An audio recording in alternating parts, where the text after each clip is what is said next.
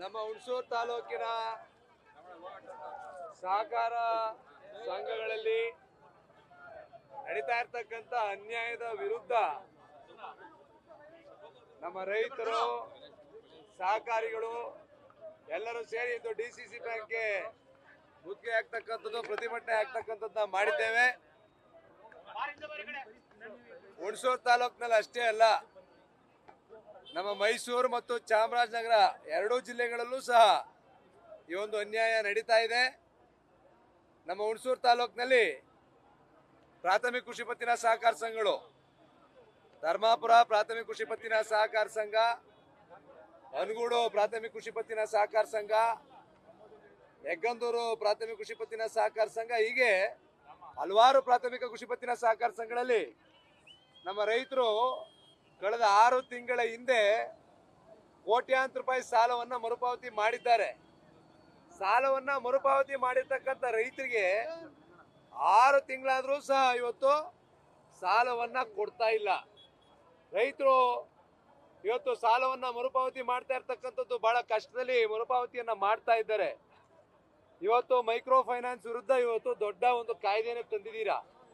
ನಮ್ಮ ರೈತರು ನೀವು ಸಾಲವನ್ನ ಮರುಪಾವತಿಯನ್ನ ಮಾಡದಂತವ್ರಿಗೆ ಸಾಲವನ್ನ ಕೊಡದೇ ಇದ್ರೆ ಎಲ್ಲಿಗೋಗ್ಬೇಕು? ಅವರು 2%, 3%, 5% ಸಾಲ ಇಸ್ಕೊಂಡ್ಬಂದು ಸಾಲ ಮರುಪಾವತಿ ಮಾಡ್ತಾ ಇದ್ದಾರೆ. ಇವತ್ತು 5 ತಿಂಗಳಾಯ್ತು, 6 ತಿಂಗಳಾಯ್ತು, ನೀವು ಸಾಲವನ್ನ ಕೊಡ್ತಾ ಇಲ್ಲ. ನಾನು ಹುಣಸೂರು ತಾಲೂಕಿನ ಶಾಸಕನಾಗಿ, ಒಬ್ಬ ಕಿರಿಯ ಸಹಕಾರಿಯಾಗಿ, ಈ ಡಿಸಿಸಿ ಬ್ಯಾಂಕ್ನ ಮಾಜಿ ಅಧ್ಯಕ್ಷನಾಗಿ ಎಲ್ಲ ಅಧಿಕಾರಿಗಳ ಜೊತೆ ಚರ್ಚೆ ಮಾಡಿದ್ದೇನೆ. ದಯಮಾಡಿ ರೈತರಿಗೆ ಅನ್ಯಾಯ ಮಾಡಬೇಡಿ. ಸಾಲವನ್ನ ಯಾರು ಮರುಪಾವತಿಯನ್ನ ಮಾಡಿದರೆ ಅವ್ರಿಗೆ ದಯಮಾಡಿ ಸಾಲವನ್ನ ಬೇಗ ರಿಲೀಸ್ ಮಾಡಿ ಅಂತಕ್ಕಂಥ ಮನವಿಯನ್ನ ನಮ್ಮೆಲ್ಲ ಅಧಿಕಾರಿಗಳ ಜೊತೆ ನಾವು ಚರ್ಚೆಯನ್ನ ಮಾಡಿದೆ. ಹಲವಾರು ಬಾರಿ ಚರ್ಚೆಯನ್ನ ಮಾಡಿದ್ರು ಅದು ಯಾವುದೂ ಸಹ ಲೆಕ್ಕಕ್ಕೆ ಇಟ್ಕೊಂಡಿಲ್ಲ ಅಧಿಕಾರಿಗಳು. ಅವರ ಸ್ವೇಚ್ಛಾಚಾರ ಯಾರ ಆದೇಶದ ಮೇಲೆ ನಡೀತಾ ಇದಾರೋ ಗೊತ್ತಿಲ್ಲ.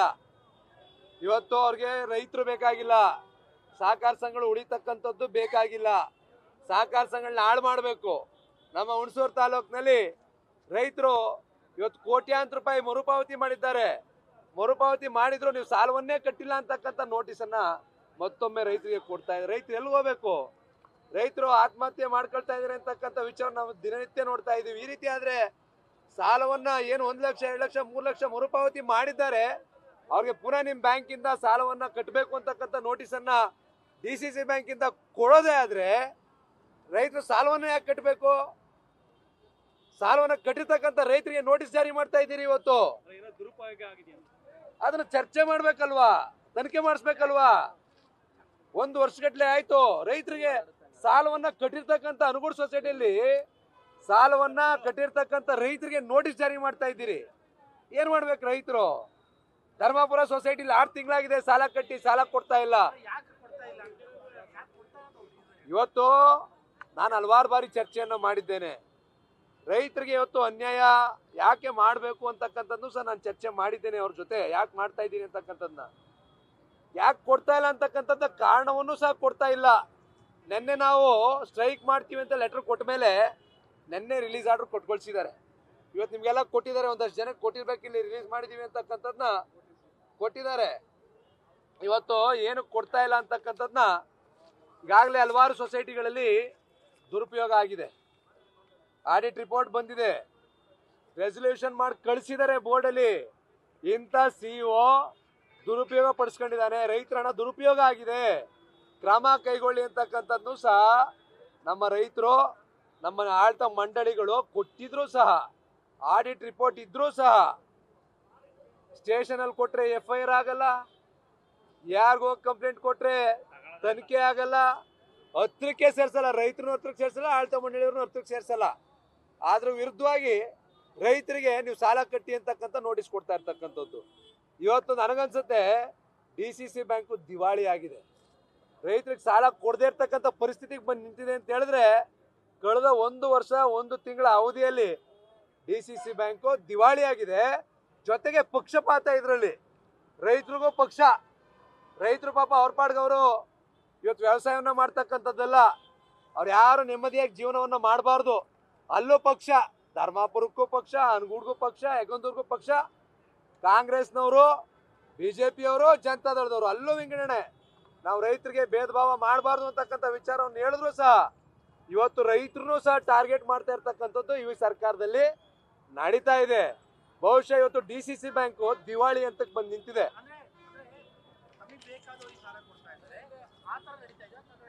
ನೂರಕ್ಕೆ ನೂರು ಬೇಕಾದಂತವ್ರಿಗೆ ಸಾಲ ಲಂಚವನ್ನ ಕೊಡಬೇಕು.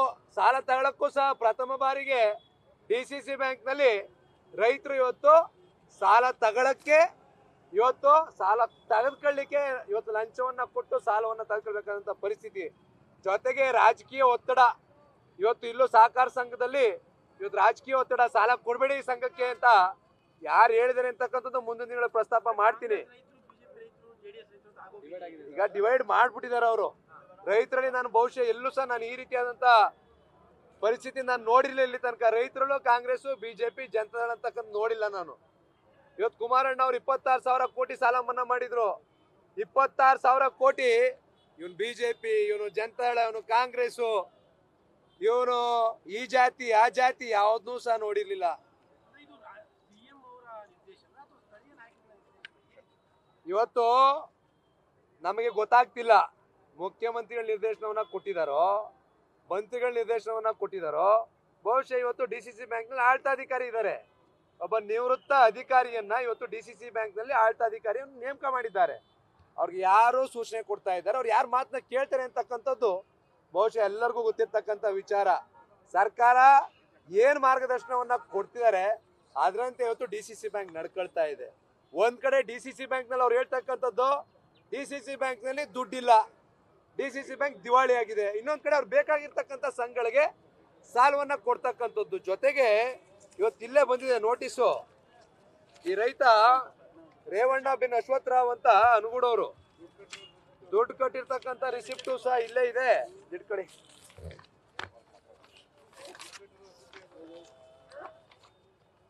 ಇಲ್ಲಿದೆ ನೋಡಿ. ಪ್ರಾಥಮಿಕ ಕೃಷಿ ಪತ್ತಿನ ಸಹಕಾರ ಸಂಘ ಅನುಗುಡು 1,60,000 ರಿಸಿಪ್ಟ್ ಕೊಟ್ಟಿದ್ದಾರೆ. ಇದು ಯಾವ ತಿಂಗಳಲ್ಲಿ? 11/9/2024 ರೈತರಿಗೆ ನೋಟಿಸ್ ಕೊಡ್ತಾರೆ. ಪುನಃ ಅನುಗುಡು ಪ್ರಾಥಮಿಕ ಕೃಷಿ ಪತ್ತಿನ ಸಹಕಾರ ಸಂಘದಿಂದ 5/3/2025 ನೀವು 1,60,000 ಪುನಃ ಮರುಪಾವತಿ ಮಾಡಬೇಕು ಅಂತಕ್ಕಂಥದ್ದನ್ನ ಇವತ್ತು ನೋಟಿಸ್ ಅನ್ನ ರೈತರಿಗೆ ಕೊಡ್ತಾ ಇದ್ದಾರೆ. ಇದು ಯಾವ ರೀತಿ ಅಂತಕ್ಕಂಥದ್ದು ನಮ್ಗೆ ಯಾರಿಗೂ ಸಹ ಗೊತ್ತಾಗ್ತಾ ಇಲ್ಲ. DCC ಬ್ಯಾಂಕು ಅಸ್ತಿತ್ವದಲ್ಲಿದೆಯಾ? ನಮ್ಮ ಸಹಕಾರ ಇಲಾಖೆ ಅಸ್ತಿತ್ವದಲ್ಲಿದೆಯಾ? ಇಲ್ಲ ನಿಮಗೆ ಬೇಕಾದಂಗೆ ಭ್ರಷ್ಟಾಚಾರ ಮಾಡಕ್ಕೆ ಅಧಿಕಾರಿಗಳನ್ನ ಬಿಟ್ಟಿದ್ದೀರಾ? ಜೊತೆಗೆ ಇವತ್ತು ತಮ್ಗೆ ಬೇಕಾಗಿ ಇವತ್ತು ಆಡಳಿತ ಮಂಡಳಿಗಳನ್ನ ಇರ್ತಕ್ಕಂಥ 27 ಸೊಸೈಟಿಗಳ ಪೈಕಿ 12 ಸೊಸೈಟಿಗಳಲ್ಲಿ ಆಡಳಿತಾಧಿಕಾರಿಗಳ ಅಧಿಕಾರ ನಡೀತಾ ಇದೆ. 12 ಸೊಸೈಟಿಗಳಲ್ಲಿ ಇವತ್ತು ಆಡಳಿತಾಧಿಕಾರಿಗಳನ್ನ ಹಾಕೊಂಡಿದ್ದೀರಿ. ಪ್ರಜಾಪ್ರಭುತ್ವದ ವ್ಯವಸ್ಥೆಗೆ ಧಕ್ಕೆ ತರ್ತಾ ಇದ್ದೀರಿ. ಸಹಕಾರ ಸಂಘಗಳ ಚುನಾವಣೆಯನ್ನು ನಡೆಸಬಾರ್ದು ಅಂತಕ್ಕಂಥ ತೀರ್ಮಾನವನ್ನ ತೆಗೆದುಕೊಂಡಿದ್ದೀರಿ. ಸಹಕಾರ ಸಂಘಗಳ ಚುನಾವಣೆ ಯಾಕೆ ನಡೆಸಬಾರ್ದು? ನೀವು ಅಲ್ಲಿ ಹರೀಶ್ ಗೌಡ ಬರಬಾರ್ದು, DCC ಬ್ಯಾಂಕ್ಗೆ ಹರೀಶ್ ಗೌಡ ಬರಬಾರ್ದು ಅಂತಕ್ಕಂಥದ್ದು ನಿಮ್ಮ ಉದ್ದೇಶ. ನಾನು ಇವತ್ತು ಘೋಷಣೆ ಮಾಡ್ತಾ ಇದ್ದೀನಿ, DCC ಬ್ಯಾಂಕ್ನ ಸರಿಯಾಗಿ ನಡೆಸಿ. ನಾನು ಅಧಿಕಾರಕ್ಕೆ ಬರ್ದೇ ಇದ್ರು ಪರವಾಗಿಲ್ಲ, ನಾನು DCC ಬ್ಯಾಂಕ್ ಒಳಗಡೆ ಬರ್ದೇ ಇದ್ರು ಪರವಾಗಿಲ್ಲ. ದಯಮಾಡಿ ನಮ್ಮ ರೈತರಿಗೆ ಅನ್ಯಾಯ ಮಾಡಬೇಡಿ.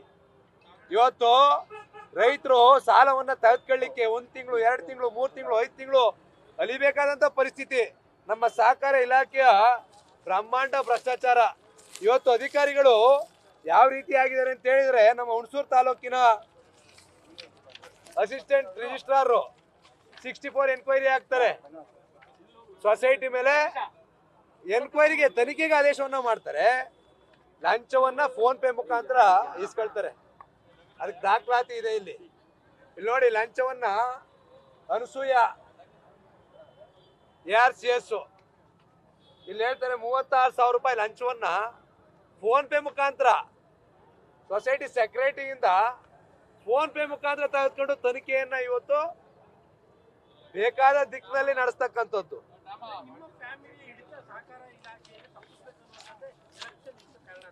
ನಾನು ಹೇಳ್ತಕ್ಕಂಥದ್ದು ಸಹಕಾರ ಇಲಾಖೆ ಯಾರ ಹಿಡಿತದಲ್ಲೂ ಇಲ್ಲ, ಸಹಕಾರಿ ಸಂಸ್ಥೆ ಯಾರ ಹಿಡಿತದಲ್ಲೂ ಇಲ್ಲ. ಸಹಕಾರಿಗಳು ಯಾರು ಪ್ರಾಮಾಣಿಕವಾಗಿ ಕೆಲಸವನ್ನ ಮಾಡಿದ್ದಾರೆ, ಅವ್ರಿಗೆ ಸಹಕಾರಿಗಳು ಬೆಂಬಲಿಸ್ತಾ ಬಂದಿದ್ದಾರೆ. ನೀವು ಕೆಲಸ ಮಾಡಿ. ನೀವು ರೈತರ ಇವತ್ತು 1 ವರ್ಷ 1 ತಿಂಗಳಾಯ್ತು ಆಡಳಿತಾಧಿಕಾರಿಗಳು ಬಂದು 1 ವರ್ಷ 1 ತಿಂಗಳಿಂದ ರೈತರು ವಿಶ್ವಾಸ ಗಳಿಸ್ಲಿಕ್ಕೆ ಸಾಧ್ಯ ಆಗ್ಲಿಲ್ವಾ? ಆಡಳಿತಾಧಿಕಾರಿ ನಿಮ್ಮ ಸರ್ಕಾರದ ವತಿಯಿಂದ ಆಡಳಿತಾಧಿಕಾರಿ ಹಾಕೊಂಡಿರ್ತಾನೆ. ಕೊಡಿ, ಸಾಲ ಕೊಡಿ, ಬಿಲ್ಡಿಂಗ್ ಫಂಡ್ ಕೊಡಿ. ನೇರ ಕಾರಣ ಯಾರು ಅಂತ ತಮ್ಮ ಪ್ರಕಾರ? ನೇರ ಕಾರಣ ಇವತ್ತು ಸರ್ಕಾರ ನೇರ ಕಾರಣ. ಸರ್ಕಾರದಲ್ಲಿ ಇವತ್ತು ಯಾರ ಜಿಲ್ಲೆ ಇದು? ಯಾರ ಜಿಲ್ಲೆ ಇದು? ರೈತರಿಗೆ ಯಾರು ಅನ್ಯಾಯ ಆಗ್ಬಿಡ್ತಾ ಇದಾರೆ? ಎಲ್ಲರೂ ಸೇರೇ ಕಾರಣ ನೇರವಾಗಿ ಅಂತ ಹೇಳಕ್ ಬಯಸ್ತೀನಿ ನಾನು. ನೇರವಾಗಿ ಇಡೀ ಸರ್ಕಾರದಲ್ಲಿ ಯಾರು ಭಾಗವಹಿಸ್ತಾ ಇದ್ದಾರೆ ಅವರೆಲ್ಲರೂ ಸಹ ನೇರವಾಗಿ ಕಾರಣೀಭೂತರಾಗಿದ್ದಾರೆ. ಇದ್ರೆ ವಿಶೇಷವಾಗಿ ಇದಕ್ಕೆ ನಮ್ಮ ಹುಣಸೂರು ತಾಲೂಕು ವಿಶೇಷವಾಗಿ ಕಾರಣ. ವಿಶೇಷವಾಗಿ ನಮ್ಮ ಹುಣಸೂರು ತಾಲೂಕಿನಲ್ಲಿ ಇರ್ತಕ್ಕಂಥ ಕಳೆದ 15 ವರ್ಷಗಳ ಕಾಲ ಆಡಳಿತವನ್ನ ನಡೆಸಿ ಧರ್ಮಾಪುರ ಸೊಸೈಟಿಗೆ ಸಾಲವನ್ನ ಕೊಡಬೇಡಿ ಅಂತಕ್ಕಂಥ ನೇರವಾಗಿ ಒತ್ತಡವನ್ನ ಹಾಕ್ತಾ ಇರ್ತಕ್ಕಂಥವ್ರು ಹುಣಸೂರು ತಾಲೂಕಿನಲ್ಲಿ 15 ವರ್ಷಗಳ ಕಾಲ ಆಡಳಿತವನ್ನ ನಡೆಸಿದಂಥವ್ರು. ಶಾಸಕ ಬಂದು ಪ್ರತಿಭಟನೆ ಮಾಡ್ತಾ ಕೂತಿದ್ದೀನಿ ಇಲ್ಲಿ ಇವತ್ತು. ಶಾಸಕ ಬಂದು ಪ್ರತಿಭಟನೆ ಮಾಡೋ ತನಕ ಬಿಟ್ಕೊಂಡಿದ್ದೀರಿ. ಶಾಸಕರಿಗೆ ಕಿಂಚಿತ್ತು ಗೌರವ ಇಲ್ಲ. ಕಾಂಗ್ರೆಸ್ ಪಕ್ಷದ ಶಾಸಕರಿಗೆ ಗೌರವ ಇಲ್ಲ. ಇವತ್ತು ಕಾಂಗ್ರೆಸ್ ಪಕ್ಷ ಶಾಸಕರು ಇದಾರಲ್ಲ ಇಲ್ಲಿ ನಮ್ಮ ಮೈಸೂರು ಚಾಮರಾಜನಗರ ಜಿಲ್ಲೆಯಲ್ಲಿ, ಅವ್ರ ಮಾತಿಗೆ ಅವಡೆ ಕಾಸಿನ ಕಿಮ್ಮತ್ತಿಲ್ಲ. ಯಾರ ಮಾತು ನಡೀತಾ ಇದೆ ಇವತ್ತು? ನಾನು ಹೇಳಿದ್ನಲ್ಲ, ಕಳೆದ 15 ವರ್ಷ ಆಡಳಿತ ಮಾಡಿದಂತ ಹುಣಸೂರು ತಾಲೂಕಿನಲ್ಲಿ 15 ವರ್ಷ ಯಾರಿಗೆ ಆಶೀರ್ವಾದ ಮಾಡಿದ್ರು ಜನ, ಯಾರು ರೈತರು ಆಶೀರ್ವಾದ ಮಾಡಿದ್ರು ಅವರೇ ಇವತ್ತು ರೈತರಿಗೆ ಸಾಲವನ್ನ ಕೊಡಬೇಡಿ ಅಂತಕ್ಕಂಥ ತಡೆ ಹಿಡಿದಿರ್ತಕ್ಕಂಥವ್ರು. 15 ವರ್ಷ ನಡೆದಿರೋ ನಾನು ಯಾಕೆ ಹೆಸರು ಹೇಳಿ? ನಿಮ್ಗೆ ಗೊತ್ತಲ್ಲ ಅದು ಯಾರು ನಡೆಸಿದ್ದಾರೆ ಅಂತ. ಮೈಸೂರು ಜಿಲ್ಲೆ ಕಳೆದ 1 ವರ್ಷ 1 ತಿಂಗಳಿಂದ DCC ಬ್ಯಾಂಕ್ ಚುನಾವಣೆ ನಡೆದಿಲ್ಲ. ಕಾರಣ ಏನು?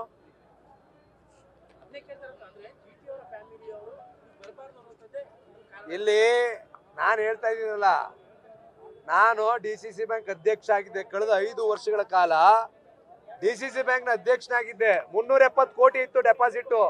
1,000 ಕೋಟಿಗೆ ಡೆಪಾಸಿಟ್ ತೆಗೆದುಕೊಂಡು ಹೋಗಿದ್ವಿ. 600 ಕೋಟಿ ಸಾಲ ಕೊಡ್ತಾ ಇದ್ವಿ. 1,600 ಕೋಟಿ ಸಾಲ ಕೊಟ್ಟಿದ್ವಿ. ನಬಾರ್ಡಿಂದ 125 ಕೋಟಿ ಬರ್ತಾ ಇದ್ದ 325 ಕೋಟಿ ತಂದಿದ್ದೆ. ಇವತ್ತೇನಾಗಿದೆ DCC ಬ್ಯಾಂಕ್ ಅಲ್ಲಿ? 1000 ಕೋಟಿ ಇದ್ದ ಡೆಪಾಸಿಟ್ ಇವತ್ತು 900 ಕೋಟಿಗೆ. 325 ಕೋಟಿ ನಬಾರ್ಡ್ ಕೊಟ್ಟಿದ್ದು 125 ಕೋಟಿಗೆ ಡೆಪಾಸಿಟ್ ವಿಡ್ರಾಲ್ ಆಗ್ತಾ ಇದೆ. ದಿವಾಳಿ ಎತ್ತ ಸಾಗ್ತಾ ಇದೆ DCC ಬ್ಯಾಂಕ್.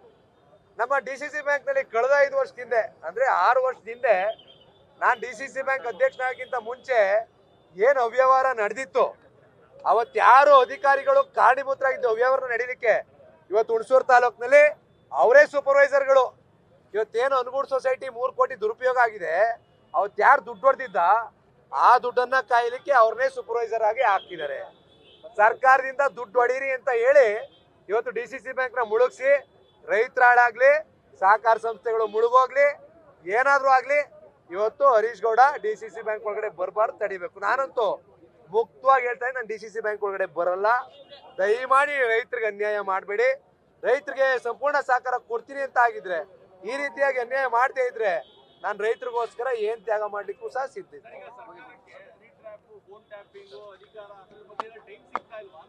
ಈಗ ಸರ್ಕಾರ ಸಂಪೂರ್ಣ ಇವತ್ತು ಆಳ್ತಾ ನಡೆಸಿದ್ರೆ ವೈಫಲ್ಯ. ಇವತ್ತು ಬಜೆಟ್ ಸುಮಾರು 7,45,000 ಕೋಟಿ ಸಾಲ. ಇವತ್ತು ಯಾವುದೇ ಅಭಿವೃದ್ಧಿ ಕೆಲಸ ಕಾರ್ಯಗಳಿಗೆ ನಾವು ನೋಡ್ತಾ ಇದ್ದೀವಿ. BR ಪಾಟೀಲ್ ಅವರು, ಇನ್ನೊಬ್ರು ನಮ್ಮ ಯಾರೋ ಸೀನಿಯರ್ ಕಾಂಗ್ರೆಸ್ MLAಗಳು ಇವತ್ತು ಹೇಳಿಕೆಗಳನ್ನ ಕೊಡ್ತಾ ಇದ್ದಾರೆ. ಅಭಿವೃದ್ಧಿ ಕಡೆ ಗಮನ ಇಲ್ಲ, ರೈತರ ಕಡೆ ಗಮನ ಇಲ್ಲ, ಇವ್ರಿಗೆ ಎನಿ ಟ್ರ್ಯಾಪ್ ಕಡೆ ಗಮನ. ಬರೀ ಅವ್ರವ್ರದೇ ಗೊಂದಲ, ಯಾರು ಮುಖ್ಯಮಂತ್ರಿಗಳಾಗಬೇಕು ಅನ್ನೋದೇ ಗೊಂದಲ, ಯಾವ ಮಂತ್ರಿಗಳು ಯಾವ ರೀತಿ ಯಾರ ಪರ ನಿಲ್ಬೇಕು ಅಂತಕ್ಕಂಥದ್ದೇ ಗೊಂದಲ. ಬಹುಶಃ ಪಾಪ ನಮ್ಮ ಶಾಸಕರಿಗೂ ಸಹ ಅದೇ ಗೊಂದಲ ಆಗಿರ್ಬೇಕು. ಎಲ್ಲ ಮಂತ್ರಿಗಳಿಗೂ ಗೊಂದಲ ಆಗ್ಬಿಟ್ಟಿದೆ. ಈ ಕಡೆ ಒಂದ್ ಕಡೆ ಅನುದಾನ ಅಂತೂ ಕೊಡ್ತಾ ಇಲ್ಲ, ಸರ್ಕಾರ ಸತ್ತೋಗಿದೆ, ಅಭಿವೃದ್ಧಿ ಅಂತೂ ಇಲ್ಲ. ನಮ್ಮ ರೈತರುಗಳನ್ನಾದ್ರೂ ಕೇಳಿ ಸ್ವಾಮಿ. ಕುಮಾರಣ್ಣ ಅವರು 26,000 ಕೋಟಿ ಸಾಲ ಮನ್ನಾ ಮಾಡಿದ್ರು. ನೀವು ನಬಾರ್ಡಿಂದ ಅಧಿವೇಶನದಲ್ಲಿ ಚರ್ಚೆ ನಡೀತು. ನಬಾರ್ಡಿಂದ 3,300 ಕೋಟಿ ಅನುದಾನ ಬಂದಿಲ್ಲ ಅಂತಕ್ಕಂಥದ್ದನ್ನ ಚರ್ಚೆ ಮಾಡ್ತಾ ಇದ್ದೀರಿ. ಗ್ಯಾರಂಟಿಗೆ 51,000 ಕೋಟಿ ದುಡ್ಡನ್ನ ನೀವು ಕೊಡ್ತಾ ಇರ್ತಕ್ಕಂಥ ಸಂದರ್ಭದಲ್ಲಿ ರೈತರಿಗೆ 3,000 ಕೋಟಿ ಕೊಡಿ. ಕುಮಾರಣ್ಣ ಅವ್ರ ಇದ್ದಾಗ 26,000 ಕೋಟಿ ಸಾಲ ಮನ್ನಾ ಮಾಡಿದ್ರಲ್ಲ, ರೈತರಿಗೆ ನಿಮ್ಗೆ 3,000 ಕೋಟಿ ಕೊಡಕ್ ಸಾಧ್ಯ ಅಲ್ವಾ? ಸರ್ಕಾರದಲ್ಲಿ 51,000 ಕೋಟಿಯನ್ನ ಗ್ಯಾರಂಟಿಗೆ ಕೊಡ್ತಾ ಇರ್ತಕ್ಕಂಥ ಸಂದರ್ಭದಲ್ಲಿ ನಮ್ಮ ರೈತರಿಗೋಸ್ಕರ 3,000 ಕೋಟಿ ಕೊಡಿ ಅಂತಕ್ಕಂಥದ್ದು ನನ್ನ ಮನವಿ. ದಯಮಾಡಿ ರೈತರಿಗೆ ಅನ್ಯಾಯ ಮಾಡಬೇಡಿ. ರೈತರಿಗೆ ಅನ್ಯಾಯ ಮಾಡಿದ್ರೆ ನಿಮ್ಗೆ ಯಾರಿಗೂ ಉದ್ಧಾರ ಆಗಲ್ಲ, ಸರ್ಕಾರನೂ ಉದ್ಧಾರ ಆಗಲ್ಲ, ನೀವ್ ಯಾರು ಸಹ ಉದ್ಧಾರ ಆಗಲ್ಲ. ರೈತರಿಗೆ ಯಾರ್ಯಾರು ಅನ್ಯಾಯ ಮಾಡ್ತಾ ಇದೀರಿ ಇವತ್ತು ನಾನು ಈ ಸ್ಥಳದಲ್ಲಿ ನಿಂತ್ಕೊಂಡು ಹೇಳ್ತಾ ಇದ್ದೀನಿ, ರೈತರಿಗೆ ಯಾರ್ಯಾರು ಅನ್ಯಾಯ ಮಾಡ್ತಾ ಇದೀರಿ ನೀವ್ ಯಾರು ಸಹ ಉಳಿಯಲ್ಲ. ನಾನು ಇವತ್ತು ಹಲವಾರು ಬಾರಿ ಅಧಿಕಾರಿಗಳನ್ನ ಭೇಟಿ ಮಾಡಿ ಮುಂದಕ್ಕೆ ಹೇಳ್ತೀನಿ. ನಾನು ಅಧಿವೇಶನದಲ್ಲಿ 5 ಅಧಿವೇಶನ ನಡೆದಿದೆ. 5 ಅಧಿವೇಶನದಲ್ಲೂ ಸಹ ಸಹಕಾರಿ ಮಂತ್ರಿಗಳಿಗೆ ರೈತರ ಬಗೆಗೆ ಹಲವಾರು ಪ್ರಶ್ನೆಗಳನ್ನ ಕೇಳಿದೀನಿ, ಒಂದಕ್ಕೂ ಉತ್ತರ ಕೊಟ್ಟಿಲ್ಲ ಸಹಕಾರ ಸಚಿವರು. 5 ಅಧಿವೇಶನದಲ್ಲಿ ಒಂದೇ ಒಂದು ಪ್ರಶ್ನೆಗೂ ಸಹಕಾರ ಸಚಿವರು ಉತ್ತರ ಕೊಟ್ಟಿಲ್ಲ. ಮುಂದಕ್ಕೆ ಹೋಗ್ಬಿಡ್ತೀನಿ. 100ಕ್ಕೆ 100 ರೈತರಿಗೆ ಅನ್ಯಾಯ ಮಾಡಬೇಡಿ ಅಂತ ಸಹಕಾರ ಸಚಿವರನ್ನು ಭೇಟಿ ಮಾಡ್ತೀನಿ, ಮುಖ್ಯಮಂತ್ರಿಗಳನ್ನು ಭೇಟಿ ಮಾಡಿ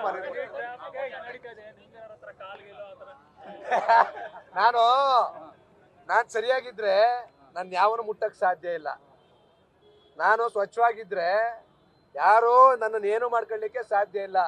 1000 ಜನ ಬಂದು ಮಾತಾಡ್ಬೋದು, 1000 ಜನ ನನ್ನನ್ನ ಮಾಡ್ಬೋದು, ಏನ್ ಬೇಕಾದ್ರೂ ಬಂದು ಮಾತಾಡ್ಸ್ಬೋದು. ನಾನು ಸರಿಯಾಗಿದ್ದೀನ, ನಾನು ಸ್ವಚ್ಛವಾಗಿದ್ದೀನ, ನನ್ನ ಹೆಣ್ಮಕ್ಳು ನೋಡ್ತಕ್ಕಂಥ ರೀತಿ ನನ್ನ ದೃಷ್ಟಿ ಸ್ವಚ್ಛವಾಗಿದ್ರೆ ಬಹುಶಃ ನನ್ನ ಯಾರು ಏನು ಮಾಡೋಕ್ಕಾಗಲ್ಲ. ದಯಮಾಡಿ ನಮ್ಮ ಸಮಾಜಕ್ಕೆ ಒಂದು ಉತ್ತಮವಾದಂಥ ಸಂದೇಶವನ್ನು ಕೊಡಿ.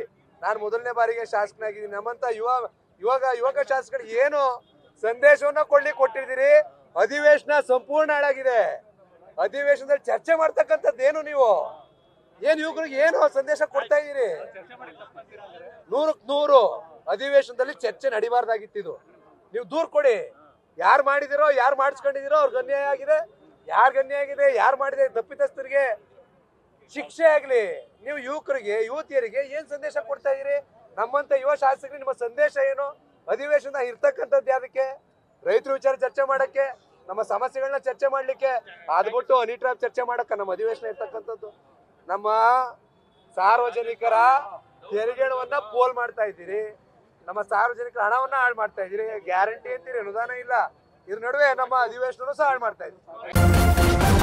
ನ್ಯೂಸ್ ಫಸ್ಟ್, ನಿರ್ಭೀತಿಯಿಂದ ನಿಮ್ಮ ಪರವಾಗಿ.